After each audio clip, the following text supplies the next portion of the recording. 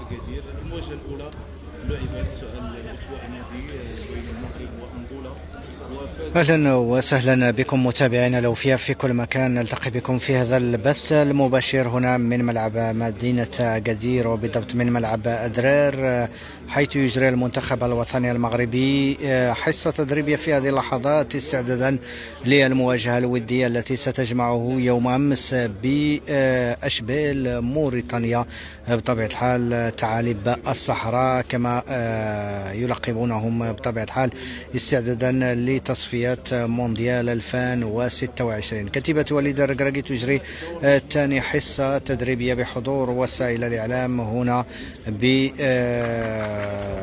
بملعب أدرير، والكل يمنى نفسه بأن يرى أسماء جديدة وأسماء التي يمكن أن تضفي إضافة نوعية على كتيبة وليد الركراكي، بعودة سفيان الرحيمي، وأيضا دعوة العديد من الأسماء كابن صغير وخماش وأيضا إبراهيم عبد القادر دياز.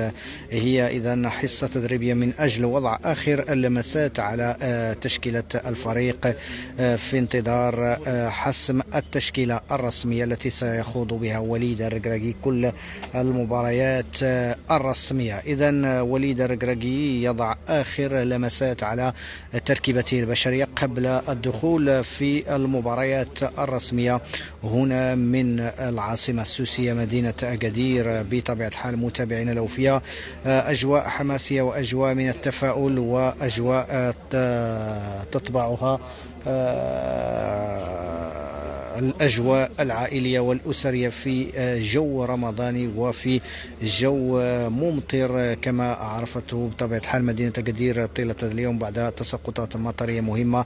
لكن إلى حدود اللحظة فوليد الركراكي يعي جيدا المسؤولية الملقاة على عاتقه بعد الانضحار بالأدغال الإفريقية والخروج مبكرا، خروج لم يكن بثة متوقعا، ربما هو الإخفاق الإفريقي الذي يرخي بظلاله على هذه المباريات الإعدادية، والكل يسارع بطبيعة الحال من أجل ضمان رسميته في هذه المباراة، وأيضا من أجل خوض هذه الحصة التدريبية قبل مباراة يوم غد التي تعد المباراة الثانية بعد الانتصار الأول على المنتخب الأنغولي بهدف دون رد. إذن آخر اللمسات وآخر الإعدادات قبل الدخول الرسمي في تصفية القارية المؤهلة إلى مونديال 2026.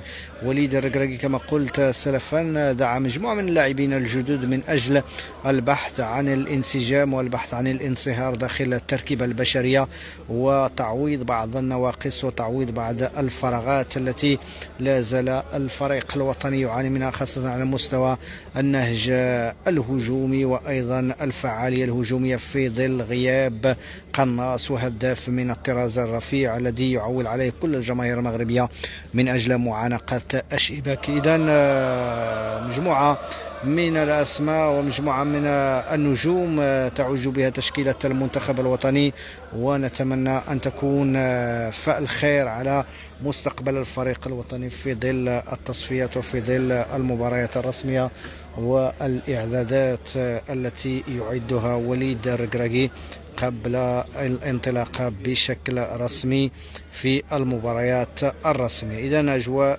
حماسية وأجواء تفاؤلية وأجواء عائلية وأسرية بين مكونات النخبة الوطنية هنا بمدينة أكادير، ونتمنى حظ سعيد لكتيبة وليد الركراكي.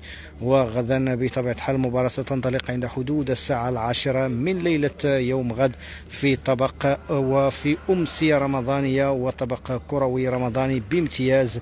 سيكون الجمهور المغربي على موعد معه هنا بمدينة أكادير، وبالضبط من ملعب أدرير بمدينة أكادير. كما تشاهدون معنا أجواء رائعة وأجواء حماسية جدا وأجواء جميلة هنا بين اللاعبين ومكونات المنتخب الوطني اللعب ومرح وترفيه والأشياء الجميلة كلها يتقسمها لاعبي المنتخب الوطني فيما بينهم من أجل خلق الانسجام ومن أجل خلق جو أسري وعائلي ومن أجل أيضا الانصهار والترحيب بالضيوف الجدد، ولعل أبرزهم إبراهيم دياز الوافد الجديد الذي رحب به كل مغربي وكل وطني غيور على وطنه. فتحية لكل المغاربة من طنجة إلى القويرة، ونتمنى أن نرى منتخبا قويا، منتخبا صلبا، ومنتخبا يعيد أمجاد كأس العالم بقطر ويعيد كل الأمجاد،